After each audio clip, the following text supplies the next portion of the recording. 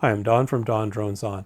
As you know, I've been flying DJI drones for quite a while now, but recently I was contacted by the Holy Stone company. It's another big name in drones, and they asked me if I would be interested in reviewing this beast, an HS120D GPS drone. Looks like a mini Phantom, really, and it's sub 250. So I thought, yeah, that'd be pretty interesting. So full transparency, they sent me the drone for free. And so effectively I'm being paid to do a review, but I'll try to be as truthful and honest as I possibly can. Looks like an interesting drone. Let's check it out.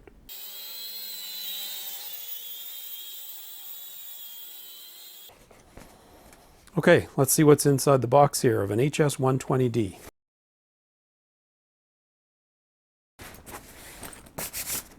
Nice case.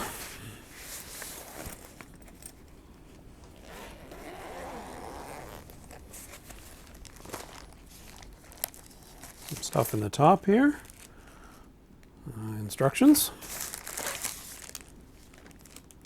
Some spare parts, some propellers, USB cable, little gears, tools. Very cool. Compartment up there. Tie down strap. And here's the drone. Let's pull that out first. Oh wow, that is really cool. It is super light. Very cool. Let's move that aside so you can get a better look. A piece of foam stuck in there. So there's the camera. It's not a stabilization gimbal. It's a movable gimbal. It rotates, but it's not a stabilization one. Battery compartment. All right, let's set that aside and see what else is in the box.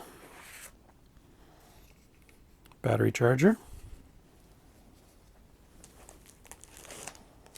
Battery number 1. Battery number 2. And the remote. Familiar two joystick design.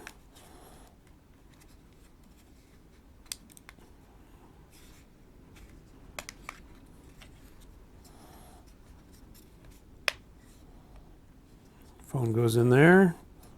Antennas. Fold out handles. Wheels on the back. Some buttons. And we'll check those all out in a moment. That looks cool. Let's get these guys charged up and we'll go for a flight. So while we're waiting for the batteries to charge up, I thought I'd just do one little thing that struck me immediately.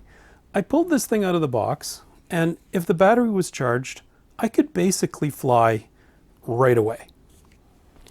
Here's the Mini 2 by comparison. When it's in its case, it's like this, all kind of wrapped up. And you can see it's quite a bit smaller when it's more compact. Is that a big deal? I don't think so. But that one I can fly out of the box.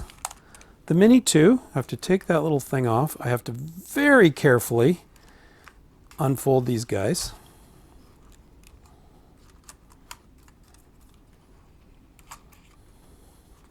Take the gimbal guard off. And now I'm ready to fly. You can see it's not that much different actually in terms of wingspan or whatever you want to call that. Myself, every time I fly the Mini, I find it fiddly. It's a fantastic drone. I'm not knocking it, but it's fiddly. One thing that struck me pulling this out is like, wow, I could just fly this. That's amazing. That's so simple. Let's have a look at the remote control. Classic 2 joystick design. Start by unfolding the antennas. They need to go flat like that in order to allow your phone holder to be folded out. Your phone just pops in there. The phone is not physically connected to your remote control. So, power button here, one press turns it on, and a short press followed by a long press turns it off. Over here is your return to home button. super critical to know where that is. If your drone goes astray and you're not sure where it is exactly and you're still connected, pressing that will cause your drone to rise to a safe altitude and return home. Over here is a dual function button. One quick press turns on headless mode, which means that the drone flies forward and backwards regardless of the direction that the physical drone is pointing. It depends entirely on the direction it was pointing when you first launched the drone. A long press turns the GPS off or turns it back on again. You need to turn the GPS off if you're flying inside. Otherwise, you definitely want the GPS turned on. Over on this side is a one-touch takeoff and a one-touch land button. Very handy. So after you've activated your propellers, one touch on that will allow the drone will automatically go up about 5 feet and hover there waiting for your command. Similarly, if you press it once it's flying, it will land immediately where you are. Now, again, a second function on this button. If you long press that button, it's an emergency stop button. The motors will immediately stop, even if it's in midair, and, well, it will come to the ground. If it's on the ground, that's a good way just to turn the motors off real fast if you need to. Okay, so those are the controls on this front panel. On the front face, there's a still image button. You can press that. And on this side, there's the video record and stop recording button. Now, you can use those, no problem. One thing that I've found is that if you use the camera controls on the remote control, the remote beeps while you're recording, which is pretty annoying. I think something should beep only when there's a problem. If you use those equivalent controls on the app, it doesn't beep, which is nice to know. On this side, there's a wheel. It's not really a wheel. It's just kind of a toggle that adjusts your speed from low, medium. It starts at low. You can increase it by pushing to the right, to medium, then high, and in the other direction to reduce. And on this side is a wheel that controls the angle of your camera from horizontal, which is the default, to pointing downwards about 75 degrees. Not quite all the way down, but pretty close. All right. Now, there are a few lights on this control as well. These lights indicate the power situation for your remote control. So the rightmost one is lit when you are full, and then it goes down from there. These 4 lights, the first one is turned on when your return to home is active. The second one indicates your speed. When that one's off, it's low. When it's solid, you're in medium, and when it's flashing, you're in fast mode. Third light is your camera, indicating whether it's recording or not. And the fourth one is lit if you're in headless mode. Okay? And I think that's all that there is to it. Oh, forgot to mention that there's little handles that pull out. They're pretty handy. I would recommend that you do that. All right, there's the remote. Okay, we're going to get started here. A number of steps that you need to do in order to connect to your drone. So first off, put the battery in. There's an upside to the battery. You gently push it in there and make it sure it's secure. Also make sure there's an SD card in your camera, which I've done there. Now, to turn it on, long press on the on-off switch, and the lights will start. And they'll start flashing. If they're flashing, that's not a good thing. But it's okay. We'll get to that. Next, I've put my phone in here. You want to connect to the Wi-Fi of the drone. So what happens is the phone is connected to your drone is connected to your RC, remote control. So to connect to your Wi-Fi, you show your Wi-Fi, you wait for the Holystone FPV drone to show up there, you select that. In a moment I'll get a warning of some sort saying something like I don't have internet, but that's all right. There it is. The internet may not be available. Dismiss that. Then you launch the app. The app is called HS for Holystone GPS. the button, and there's the app. Okay, so make sure you're connected by touching the controls button there. There we go. As soon as you can see your camera view, you know you're connected to the drone. Now, you'll notice I get this weird message that says remote control low voltage. That's because the remote control is not yet paired to the drone. To do that, it's very simple. Up and down on the left joystick. Nope. To do that, first of all, turn on the remote control. There we go. That helps. Okay, once it's activated, we go up and down on the remote control. This thing will, the camera will jostle a little bit, and you'll see down here, ready to fly. If it says it's still looking for GPS satellites, just wait for that to happen. Until that's green there, don't do anything. Just wait for it to activate. All right, so now we're paired. The control is paired to the drone is paired to the phone. Two more things you need to do. First, calibrate the compass. To do that, both sticks in and up. It will give you instructions on the screen what to do. Basically, you want to pick it up and rotate it around. And you can't do that with one hand until it says point it down.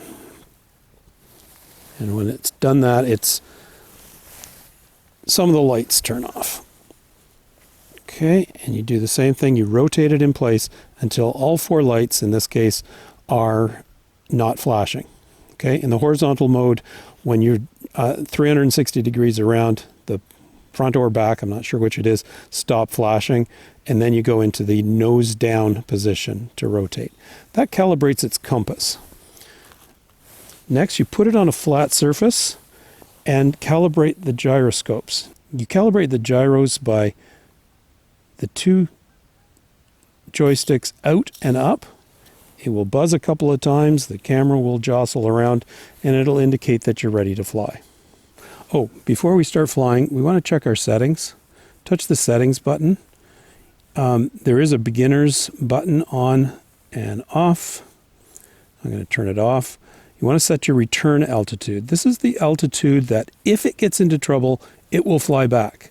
You want to make sure that's higher than any trees or buildings in your area. So I'm going to just set the distance and height a little farther out, and I'm going to set my return to home altitude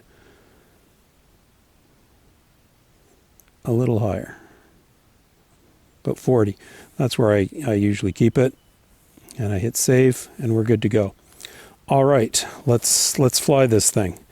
First step is to activate the propellers by turning the joysticks in and down. And then we're going to touch the launch button.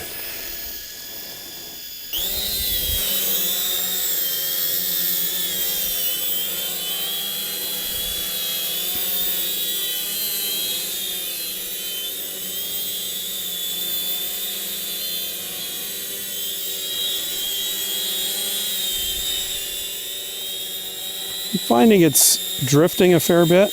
It's stabilized now. I think it was trying to get enough satellites to stabilize itself. There we go. So again, left control is up and down. Oh, I should start the camera.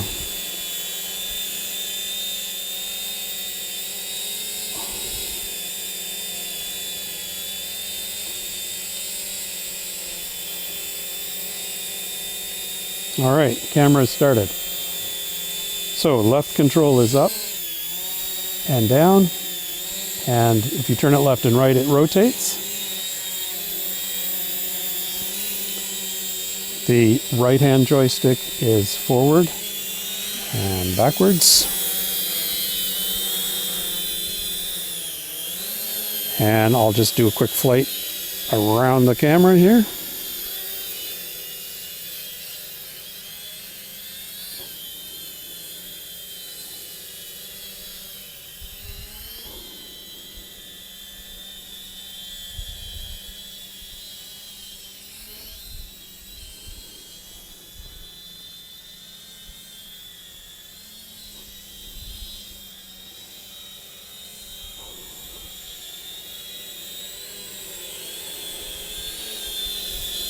And when you want to land, you just bring it in and hit that one-touch land button. You can still control it while it's doing that. Sometimes it lands. Oh dear. Well, there we have it. The Holy Stone HS120D beginner drone. It's below 250 grams, which means in most countries you don't have to register the drone. And in Canada, at least, you can fly it without any sort of pilot certification, which is a great advantage. It's inexpensive. There's a link, by the way, in the description below this video. It's an affiliate link, so I'll get a small commission if you buy using that link, so I would appreciate that. That'd be great. Easy to set up. Comes with 2 batteries, 1080p camera, which is pretty good. Yeah, easy to fly, easy to learn droning, and if you love it, then you might want to invest in something more expensive, or you might want to continue using this. It's a great drone to begin with. Thanks for watching. If you don't already do so, please subscribe to my channel and ring that bell for notifications of future videos. Thanks for watching.